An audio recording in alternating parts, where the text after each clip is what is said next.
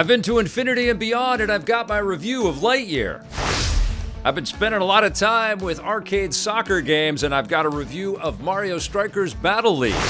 And I've got my first thoughts on Teenage Mutant Ninja Turtles Shredder's Revenge. All that and the latest and everything cool today in The Rundown. Hey, welcome to The Rundown. My name is Victor Lucas, and I'm so glad that you found me here in the Electric Playground. Today's episode is dedicated to Brad Springer, who said, if someone can outrun a velociraptor, then any real tension is gone. Just silliness. He was talking about that, of course, in my Jurassic World Dominion review. I'm still trying to get over that movie. It was so junky. But let's talk about a better movie that I just saw. Pixar's latest movie, Lightyear, has hit theaters, and as one would predict from a Pixar film, it is an incredibly stylish CG animated movie. It's truly a science fiction action-adventure film that details the exploits of Buzz Lightyear that influences the toy that we have come to love from the Toy Story films. And they went in a totally different direction with this movie. They didn't cast Tim Allen. They didn't make Buzz Lightyear an incredibly goofy, Dudley Do-Right next to the other characters. There's an element of that for sure in this performance and in this character in the new film. You know how I feel about rookies. The same way I feel about autopilots. How may I assist you? Is there anything I can do, sir? They don't help, they just overcomplicate things. I'm better off just doing the job myself. Which is why I brought the rookie. Hello? No.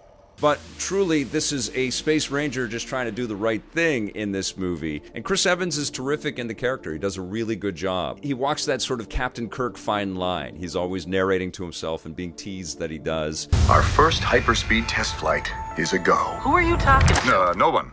You were narrating again. I was not. He really loves the role and the responsibilities that he has, but he's also an incredibly proud individual. And Pixar likes to teach lessons to its protagonists, and there are some lessons learned in this movie for sure. But what happens in this picture, I'm going to do my best not to spoil anything, just sort of pull from story bits that we get out of the trailers, is that Buzz and his other crew members on this giant spaceship crash land on a planet, and Buzz does everything he can to help himself and his fellow crew members to escape this dilemma that they have found themselves in. And this planet is populated by some pretty interesting alien creatures, but that's not really where the action and adventure in this film comes into play. There's really an imaginative twist here that sees Buzz grapple with some pretty interesting emotional conflict. And there absolutely were some moments in this movie that make you well up a little bit, so that's kind of the Pixar staple. You always know that there's an emotional investment in their pictures, and that is absolutely the case here. But really what I think I got the most from this film is that it felt like a serial sci-fi film from the 30s with beautiful modern-day effects. This is one of the most spectacular looking Pixar movies that they have made, and it's because there's this really interesting fine line from traditional animation and kind of photorealism with every shot, and the colors are a little bit more muted. There's a lot of understated work in the lighting effects and the facial animations and the way that characters seem. They're like proto-rotoscoped, like you can tell that there's a lot of hand illustration to get these characters moving and running and getting into these really cool exploits and the action that they get into.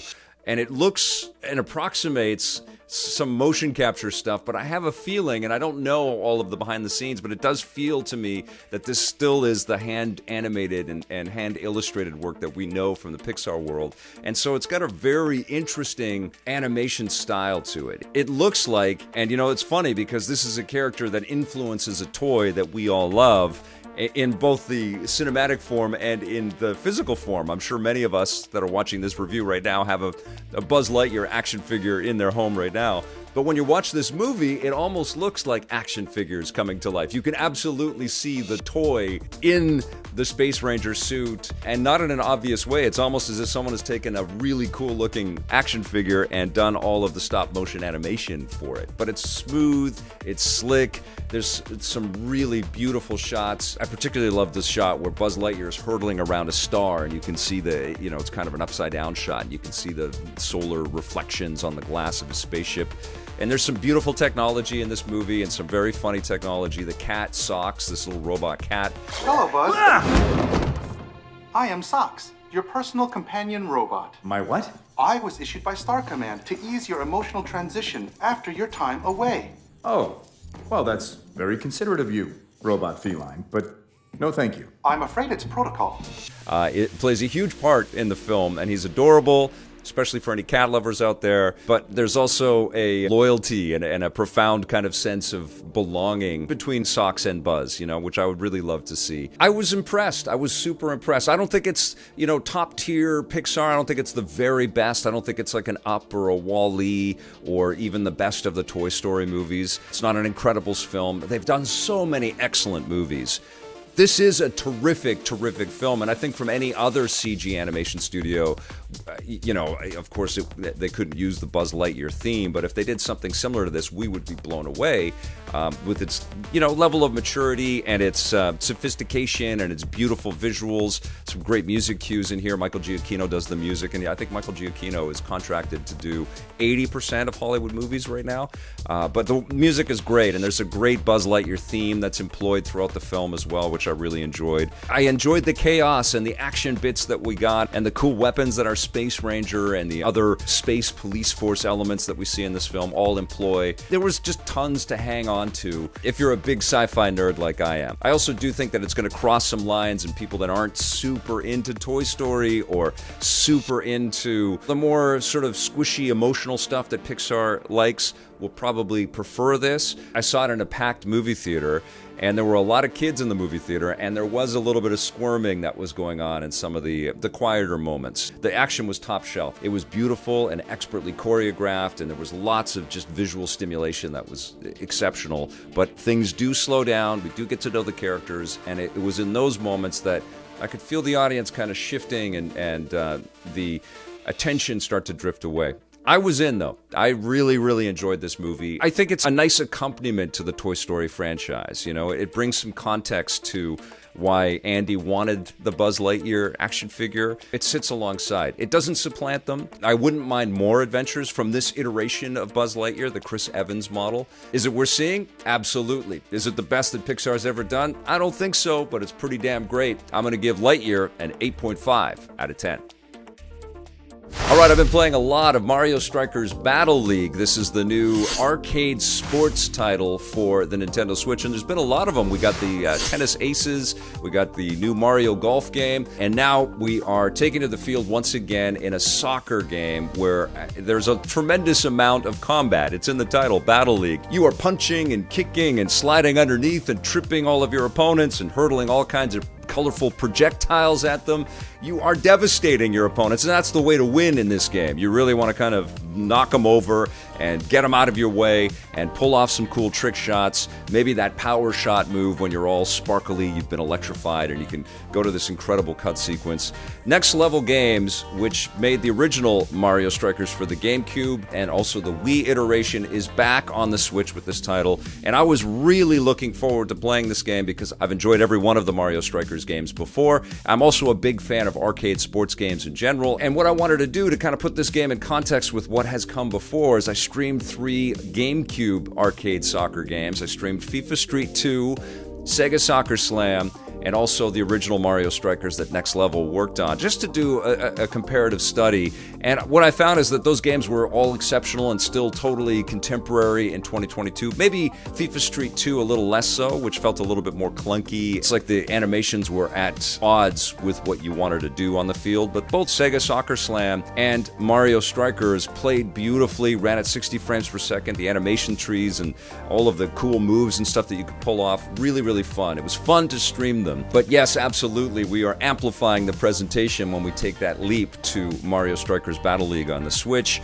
all in beautiful widescreen and HD visuals. There's a lot more fidelity in the animations and all of the work that goes into building all of the different stadium types. There are 5 different stadiums sort of themed around Mario locales and environments that we've seen in the games before. There's also a lot of headbang and hard rockin' music in here, which at first I thought felt a little bit generic, but then it was pointed out to me as I was streaming the game that these are all, like heavy metal versions of classic Mario themes. So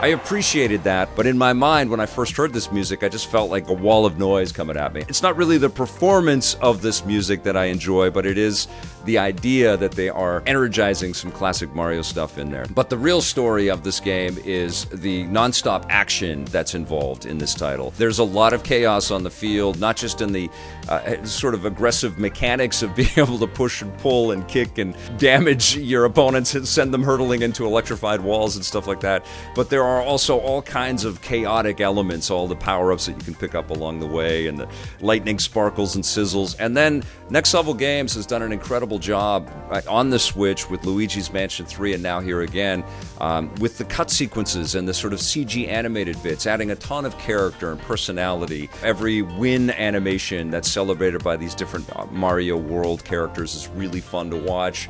Of course, the power shots are incredible, where we go into this kind of comic book panel, hyper accentuated Dragon Ball Z kind of flair, and then the shots end up being giant fireballs. They'll do loop-de-loop, so they'll bounce off of the walls like pinballs, and they'll just knock everybody over, and it's up to the wherewithal of the goalie to kind of contend with the shot that's coming their way, and it's meter-based when you do those power shots. So if you get the reticle right in the center of those different meter spots, you're going to blast right through the goalie, but if you don't, the goalie still has a chance to make the save.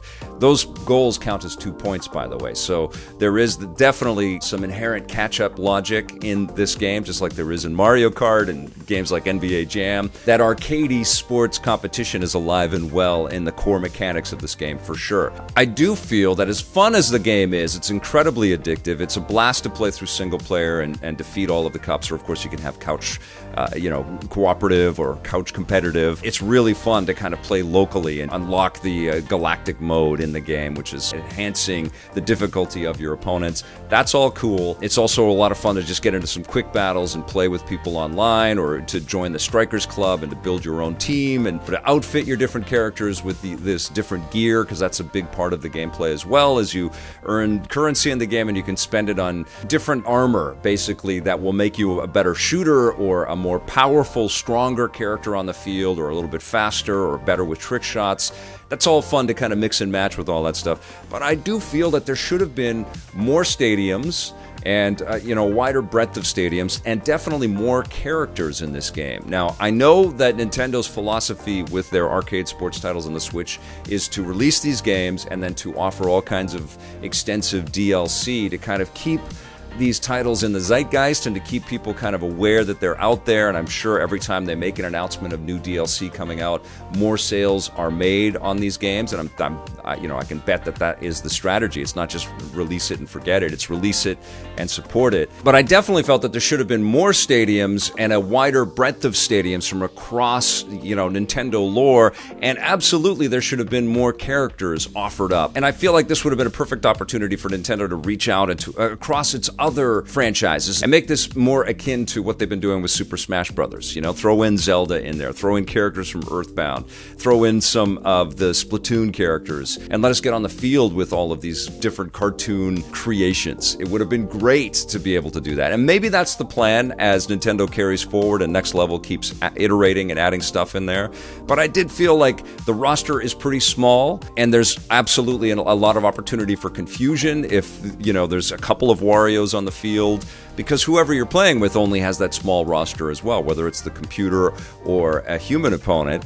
And so you're going to see replication of the characters. And there was also a pretty big problem between green and blue and making that distinction between those colors as well. Plus, you throw in all of the other on-field chaos. It sometimes becomes difficult to tell who is who and which character has the ball. The other issue that I had while playing the game as well is you actually have to press the L1 button to cycle between the players. Get him!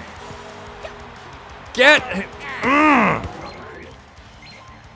Oh, frack. I was pressing on that top left button over and over again, cycling to the different player, trying to get to the ball before a shot is made, or block a shot, or steal a shot, and that was a little bit frustrating as well. So there needs to be a little bit more finessing. I know that patches and updates are coming. At its core, this is an exceptionally fun game to play. It's really addictive, it's really fun, there's lots of incredible mechanics, and all of the embellishment around the action on the field is also joyous and a fun celebration.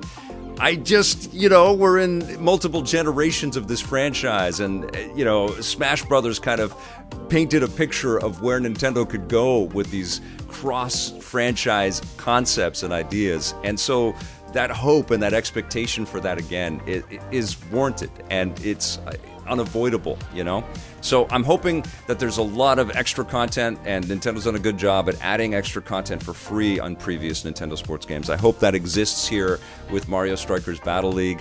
I got asked while I was streaming it if I think that this game is worth picking up, and I do. And one of the reasons why I do think this game is worth picking up is if you look at the eBay pricing on the original Mario Strikers for GameCube, it's a lot of money. It's actually more money to buy that than it is to buy this. So if this looks intriguing to you, and I can definitely tell you that it is a blast, pick up the physical version because it's likely going to be something that you're going to play for a long time, and it's going to be worth something down the road. But Mario Strikers Battle League, I couldn't help but want a little bit more, and my fingers are crossed that that's what the plan is for this game. I'm going to give it an 8 out of 10. All right, let's talk about Teenage Mutant Ninja Turtles Shredder's Revenge, which I'm not ready to review just yet. I started to really dive into it after seeing Lightyear last night. But this game is something that I've been so freaking excited for. You guys know I've been putting together side-scrolling superheroes for months and months, and I really fell in love with the Turtles games that I was playing, particularly Turtles in Time for the SNES, which is one of the best superhero games, period, that I've ever played. So when I found out that Tribute was working on this with .emu, who killed it on Streets of Rage 4, I was just elated. And Tribute has done so many cool pixel art games in the past. Wizorb and Panzer Paladin and Flint Hook, and they published Steel Assault, which is phenomenal if you haven't played that one. So I knew that this was going to be an incredible pairing, this amazing partnership between .emu and Tribute, and boy, they do not disappoint. I've only played a few of the chapters so far, but the music is, out of this world, lots of incredible chip tunes, the action is incredible. It's 6-player co-op, so I jumped online and just found some people and started to beat up on Rocksteady and Bebop a little bit, which was a blast. And of course, there's lots of just traditional beat-em-up action, and you're also going to be riding on skateboards, and you'll be pursued by robots and all kinds of Foot Clan members. There's lots of pizza to ingest, and it just pops off the screen. It's so beautiful. This is easily the best pixel art I've seen in a game. Maybe Steel Assault is up there as well, but this feels way more expansive. There's lots to do on the map. You can go to the Teenage Mutant Ninja Turtles headquarters, and there's level ups and power ups and all kinds of just beautiful stimulation coming at you, visual stimulation. I am going to play all of this. I'm going to stream it. I'm going to be playing with people from the EPN community and other friends out there.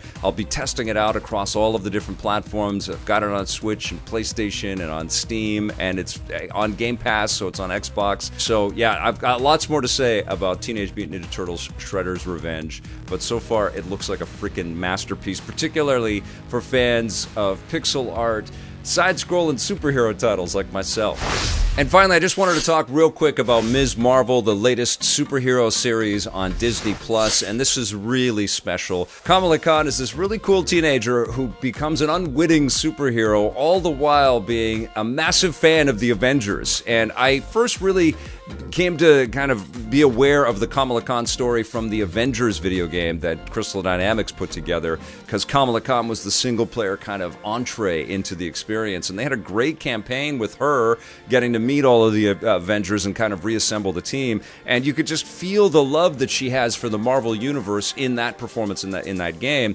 But we're at a different level here with this Disney Plus series. Aman Vellani is a perfect Kamala Khan. She's incredible in this role. But the series itself is just rich with so many cool details. Obviously, it's a ton of fan service for the MCU. It's referenced mightily throughout the series. In fact, in the first episode, Kamala Khan and her friend Bruno head to Avengers Con, and everybody's in cosplay, and there's all kinds of merch and everything. Ryan Penagos from Marvel, who does a lot of the Marvel shows and a lot of the social outreach and the community outreach, actually has a cameo in the first episode of Ms. Marvel, so it was great to see him. He's been on EP a bunch of times in the past, and he's at Avengers Con. But the show is just filled with love and lots of incredible teenage details. It's definitely evocative of what John Watts did with the Spider-Man trilogy that he worked on. Of course, a lot of John Hughes kind of references in there, and and what, Lord and Miller and the team did with the Spider-Verse film. There's lots of like punchy details and cool font work and awesome graffiti and